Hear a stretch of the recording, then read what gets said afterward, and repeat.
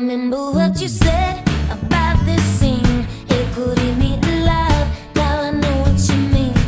But I see it all like a movie screen, and I just follow. Hey, it's Leo Ortega from HR Blockchain. How are you? I'm here with Charlie. Charlie and I are doing an interview today. And actually, no, I'm teasing. We're here with the Chief Operating HR Officer. I'm going to call it everything I can. People Ninja. Yeah, thanks. I'll take People Ninja. Ann Garza from Hi. Kerbey Lane Cafe. About 3 years ago, maybe, we were at a conference. I ran into Roseanne there, and I knew at that time, at that moment, this is someone I wanted to talk to, explore her knowledge, and hopefully share that with the rest of the community. So that is where we are today. And so why don't I let Roseanne introduce herself. Roseanne, well, how are you? I am great. How are you? I'm doing well. I think I'm doing all right today, especially now that I'm here. But I will tell you, just wanted to ask kind of if you could give us a little bit about your history kind of in HR and the roots of where you started and how you end up in Kerbey Lane, obviously, and how that all worked out. Of course. So, story of my kind of career really begins probably around the age of 16, truthfully. First job, always restaurant, hospitality, and I learned very early on what it was to give great service. And so I think to me the reason great service falls in line with my career is because as an HR person, I think that one of the most important things that we do is can give great service to our team members. Oh. And so being in restaurants, being in hospitality always, I recognized that I don't necessarily interact with the guest, with the customer, but I do interact with the team member always, all the time, every day, throughout the year. And so they are my guest. And so I've always had a very large passion for service. And so while I didn't grow up dreaming that I would be an HR person, I definitely got there at some point where I recognized this is where I felt I could fit best in an organization. I worked for a company called Brinker International, which is the company that I worked for Brinker. Yeah, everybody, I think at some point, most people have worked for Brinker, yes. And I worked for them for a very long time, and I enjoyed my time with them, and they taught me an immense amount about service and about guests and about treating people the way they may not even know they need to be treated. And so I've always appreciated them for that. And then I spent some time with a company called Destination Hotel and Resorts. And that's actually what you would know here at the time was like the Driscoll. So I worked at the Driscoll Hotel in Austin, and I loved my time with that. And that was a little bit of a shoe on a different foot because it wasn't traditional restaurant. It was more of hotel and hospitality. And so to me, that kind of tied things up in a little bit of a nicer bow to see multiple facets of that same industry. And then a former boss of mine brought me to Kerbey Lane in 2006. And so I've been here almost 12 years.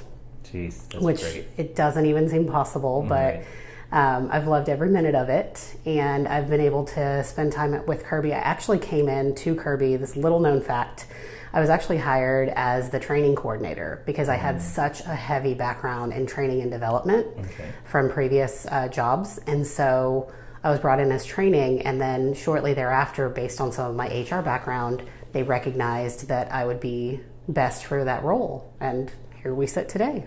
You know, you said something there that struck me, and having worked at Brinker, right? I remember I was working at Macaroni Grill at the time.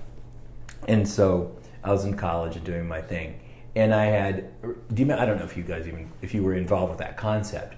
We had, the developer pins, and we had the things, and so that kind of leads me into this other avenue, another question that I really wanted to talk to you about, which was, when I go into a Kerbey Lane, or when when we're trying to build what you would consider almost a library of ideas, right, for other HR folks to go to. When I go into a Kerbey Lane, it's a consistent experience. It's a consistent caring of service. It's a consistent, attention to detail. And it's some of those are 24-hour operations, so that has to be pretty challenging. So I see that for me personally, it would seem like a challenge to disseminate that culture down into to the employee level, if you will. Right. So I have multiple different folks in the HR community that I've serviced for the last 14 years, challenged with that. So as I talk to you, what advice might you give somebody who has that challenge, working and trying to get that culture pushed down? And maybe you can, you had that, what I heard was kind of almost like a servant mentality towards servicing your employees, right? And we've heard about that. We've read about that in other books. But how would you go about that? I know that's a hard question because, you're going to have to walk into a brand new concept and restart everything. But what type of advice might you give? Well, first of all, thank you, because you're Yes. right. It's a challenge, and it's an everyday challenge. And I think it's each one of us recognizes, in this industry, in this building, or with Kerbey Lane, that we all have a piece of it and we all have a part of it. And so it's not just an operations thing. It's not just a training thing. It's not just an HR thing. And so we recognize that it's really important that we teach our team who we are and what we're about and why it's important. It's very important for us to teach them the why of what they're doing and why we're changing things when we change, because change is inevitable, as we know. It's also, we spent a lot of time on the front end really talking to our team and really figuring out who works for us, who works with us, and determining who are the types of individuals that succeed at Kerbey Lane, and how do we get more of them and more like-minded individuals coming into Kerbey. Oh, wow. And so that's where we put in a lot of the legwork, was determining what key factors, what personality traits, what does it take to be successful here and to stick around at Kerbey. Because I think in all of my jobs, what was super unique about coming here was that we were 24 hours. Yes. And I had never done that before, not on this kind of level. I haven't done it in 15 years. It's tough. Yeah, I mean, it's been, 24 hours is Right. tough. I would be a liar if I said otherwise. Yeah. It brings with it a whole different set of challenges. You're never closed. You never have a moment to really just say, okay, come before we open or after we're closed for this hour or 2 hour training. You never have those windows that you have in a normal restaurant, I never considered that. setting. Yeah, so you have to get a little creative and you have to think a little outside the box. And I'm really lucky that I work with some amazing individuals that are great at those things. And so what I add to it is really just my piece of trying to think about the team member and where they're coming from, and if we need to modify based on schedules, based on lifestyle, those different things. And but really, it's about getting the right person in the door originally. So that's an incredible concept, because the idea of almost you're taking these personality profiles almost and saying this is what's going to fit into what we did or what we're doing on a day-to-day basis. So, I mean, I find that fascinating. I think a lot of people will learn from that. Thanks for sharing that, and I think it's a good place to be from that standpoint. I'll go kind of a little shift, and that's great to say, right, for a lot of folks. And so I'm going to imagine that I am this HR director of XYZ company, and I'm super excited about doing it, and I'm going to come in and I am going to implement finding the best folks by doing what you described, finding this personality traits, studying who we're hiring, doing this. But I'm getting a little resistance from the top. Right. And we see this a lot. And so I don't mean in that there's necessarily friction. In your organization, I know for a fact, because I've known your organization for years, that it operates in a very cohesive way, as you said earlier. But for those individuals who are in HR, who have to sell their ideas to the C-suite. And I think we kind of, this is a hot topic right now amongst a lot of folks. Because we talk, I read a blog recently about drive-through HR, which is, right? And you kind of get the concept of am I just hitting the button when I need something? Well, you built something, right? You guys built formula, a formula that was actually working. So, and it's continuing to work today. Well, how do we take that upstream? Well, I think that you have to. So a big thing that I've always also been a big fan of is don't roll it out to the whole team at once. You've got to get buy-in. And so to have buy-in, you've got to have some testing, and you've got to have some, where can I do a trial run on this department or this location? In my experience, it would be in a location. And then let's get some data and some analytics before we try to go full blown. So you're really putting numbers in front. Right. This is great. Yeah. So when you're talking C-suite, I think that one of the most important things that you can ever say to a C-suite is, here are the numbers, here's the data, here are the analytics, here's how it positively impacted this or how it negatively impacted that, and having not just your gut instinct or your I think so or I read an article and so I think that sometimes everyone can be guilty of that, and I would be a liar if I said that at some point I didn't have those same struggles. Mm-hmm. And where I found most success with the C-suite and with the team was teaching them the path of how we got there, showing them the path, and then showing them the data and the numbers and how it was positively impacting us. And then that helped to get buy-in, and then that helped to get them excited, and that helped for it to really kind of get things that take off. So it's almost like this, the linear thinking of the CFO versus you and I, who are sort of conceptual, artistic, big thought process people, and then having to go from artist to scientist. Right. And that's where you're digging in. That is fascinating. That's a great answer. And I'm super, that was awesome. So thank you for sharing that. I know there's going to be value in that answer behind you. So a little bit about you. I mean, I'm so thankful for you doing this. And there's certain things I feel like I want to make sure that I recognize and understand on my, and I want to make sure our audience understands.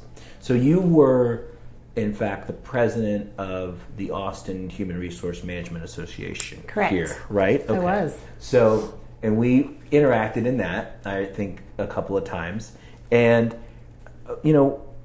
so I personally, I do a little volunteering. I'm on the board of a nonprofit here in Austin. And I find it to be, exceptionally challenging on my time, although it's a great cause. Now, you have an incredibly much more busy job than I do. So I'm wondering what drove you to that decision to do that, right? Which is fun. Right. And then secondly, what did you gain from that? Because it seems like, that's probably the biggest, a big question, You seem this, I'm coming backwards here, but you're talking, you back into that service mentality. But that was I'm going to just commend you on that role. I thought you did an amazing job in that role. And so I want to learn a little bit more about why you took it and what you got out of that role. And then we'll go on to what you're doing now. Well, how much time do you have? I could talk about that forever. So a little background about me. Yes, you're correct. I was the 65th president of the Austin Human Resources Management Association in the year of 2015. Mm-hmm. And I think to know of how I got there and why I went there, you have to go back a little bit further. So I joined ARMA in 2004.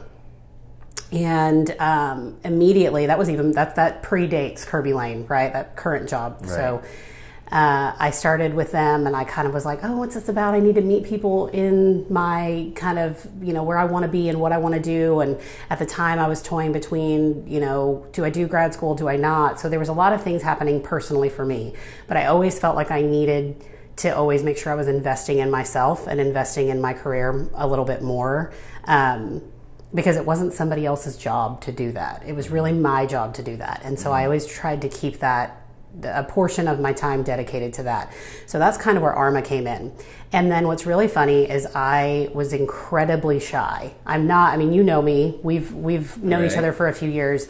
I don't know that a lot of people would describe me as shy in their top 10 words. Mm-hmm. But I was really shy when I joined ARMA. And so it took me a little bit of time to kind of jump in and really utilize it for everything it had to offer. But once I did, it became this amazing opportunity for me to meet HR, professionals, Right. but also to meet business partners. And I would say most definitely that almost every single business partner that we currently work with here that has anything to do with human resources, I have met through ARMA. And so huge impact on my job and on my career. And then professionally, I would say that I didn't just get like a mentor from it. I got more mentors than I could count. And so I appreciated it for that. And as time kind of went on, I recognized at the time here at Kerbey Lane, I was like kind of a one-stop shop. It was just me, only myself in HR, and I really needed some outside perspectives. And so ARMA was able to do that for me as well, give me that outside perspective. And so I eventually got to a point where I started to volunteer and I started to meet people, and that was really where I felt like I kind of was getting the most out of ARMA, was meeting others, getting to know the business partners that we had, the vendors, and then bringing that back to Kerbey Lane. And so a president, that just kind of, I mean, I always knew it was really kind of like a perfect storm in the best way. I always knew I wanted to do it at some point. Right. In my mind, once I got involved and once I got passionate and once I started being on committees and helping to plan events and all these things that I find personally fun, I find those things really entertaining, and getting to meet people, I thought, you know, maybe one day I can, you know, be the president of this organization.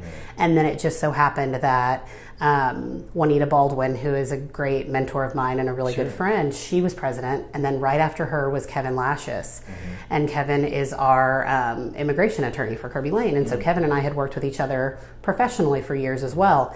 And it was that time to kind of apply, because what a lot of people may not know is you actually have to apply like a job for these roles, and then you go through an interview process and you have people that are references and you have to write kind of why you should be considered. And so it's an actual process. And so I really took some time and took some stock in myself of where I was at my career and where Kerbey was as an organization. And I felt, you know, the iron is hot. It's time to strike. This is where it is. And so I threw my hat in the ring. I threw my name in the hat, I guess is the right way to say it. And or either. It doesn't matter. Either way. You did it. And then I like that you had this me. vision that you were going to do it. Right. And then it happened.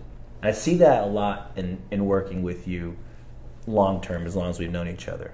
The vision, and you might not even realize you have that vision, and then it eventually happens. And I respect that a lot about what you do on a day-to-day. So that's cool. So that is the story. So the mentors, right? Right. You know, are these people we're still emailing and talking to today? Weekly. Just like, any? All the time. Okay. Well, and I think it's one of those things. It's almost morphed from like a traditional mentor-mentee to a friendship that has created the opportunity to be friends outside of the professional setting, but also to still have that professional component to it, where I know that I can go to them if I still need advice. Because again, now you still have the same sort of problems, just on a different level, right? So originally when it started, I was solo. I didn't have anyone in-house I could go to. And then I got to a point where I'm not solo here, but I can't necessarily talk to my team about some of the advice that I may need. And so I still needed the mentor. I still needed somebody that I could go to. That's great. Yeah, so I would say it's amazing. That's the catalyst of this project, is it? to hopefully keep what we would consider to be a ledger of knowledge out there for folks to have. So I only have a few more questions for you, and I'll talk a little bit about you know, the idea of where you see. I mean, we've touched on some stuff that I really I would love to dig into a little bit deeper. But when you're talking about what you see HR in the future, right, and the role of HR in the future in organizations. And also, I want to consider the concerns that HR has in the future. What are you seeing? You know, I get their traditional answers sometimes, you know, and they may be very well where you are as well.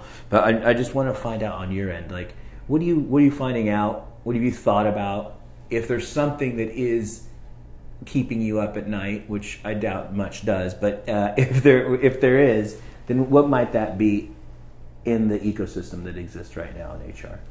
Well, I think that what if there's anything that keeps me up at night, it's the fact that it's constantly changing, right? Okay. So the information or the strategy that I had 6 months ago may not work anymore. What happens in our city government, what happens nationally with our government, what happens in social media. You know, I think we've seen all of these things over the last couple of years really impact the HR side of the business, no matter your industry. And so I think one of the most important things that I try to do is just always stay knowledgeable and educated, constantly reading, constantly learning. You're never not a student. And I think when you start to rest on your laurels or think that you've got it figured out, that's where something's gone really wrong. And you really need to take stock and take a step back and say, okay, where are we going? And so what I feel like we're seeing more than ever is a focus on the team member or the employee more than ever. And it's a changing workforce. And the you also have, experience, if you right, will. the experience. And it's a changing workforce. You have more opportunities to do non-traditional work than you've ever had. And that's really appealing to some of these younger generations that are joining us in the workforce, is they like the idea of not having the Monday through Friday 9 to 5. They like, I can get up and I can do, and I can make money or survive or live or have a great lifestyle more than ever in doing, I can do a couple of hours of driving over here, or I can do a couple of hours of a job over there. And so what we as a workforce or as an industry need to recognize is that there is no like perfect unicorn, you know, jumping over the rainbow team member. You have to make the experience what works best for them so that they recognize that you're the place that they want to be at when they're ready to commit. That's good. It's so I get, you know, I expected you to say things like, you know, retention, which was in there somewhere, you know, recruitment, which is in there somewhere as well, and then maybe compliance to some degree, which was in there as well. And so those seem to be the hot topics that seem to come up. But what I do like is that you're putting your learning at the forefront.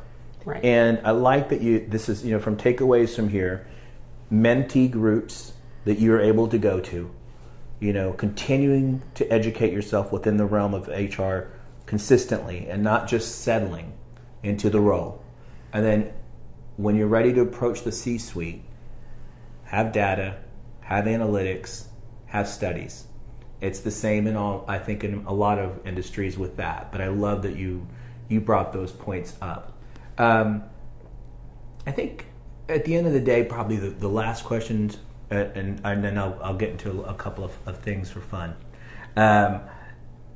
If you're looking at partners across the board, you mentioned ARMA, right? And your partnerships there.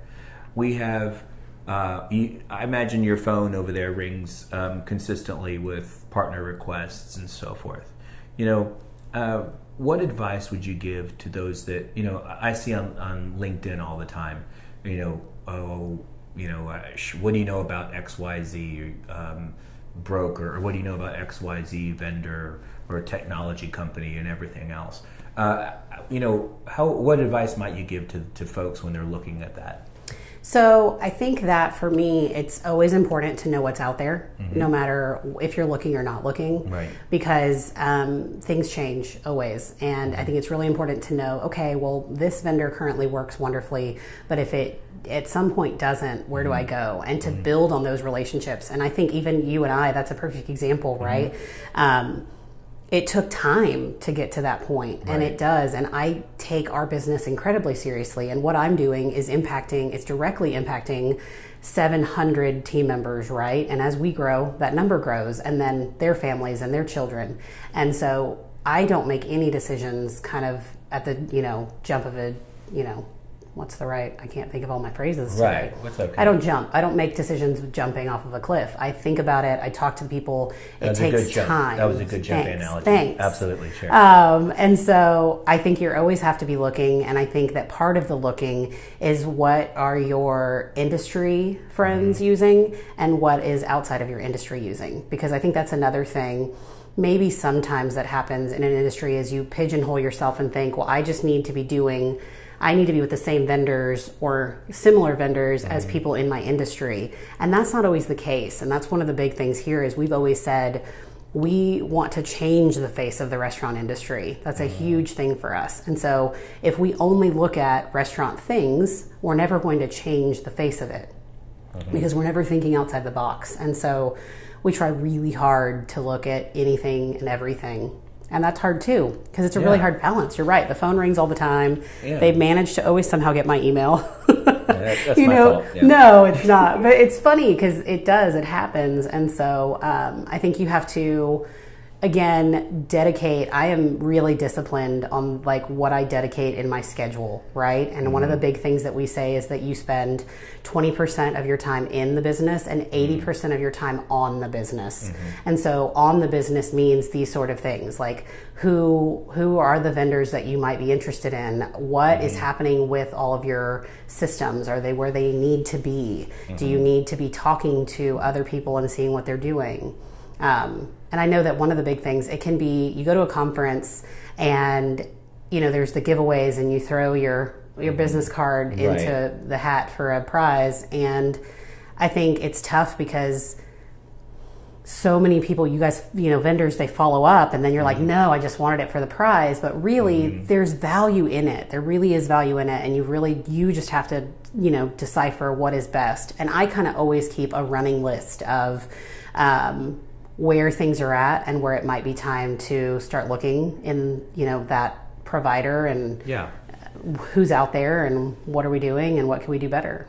So you mentioned like that group of mentees and so forth, and in the restaurant industry, the ecosystem of HR is different, especially in technology and everywhere else that exists. When you get together with the folks in the HR leadership, and there's great, Austin. I mean, it's just an incredible restaurant area, and this is all going through Texas, San Antonio also, Houston also, right?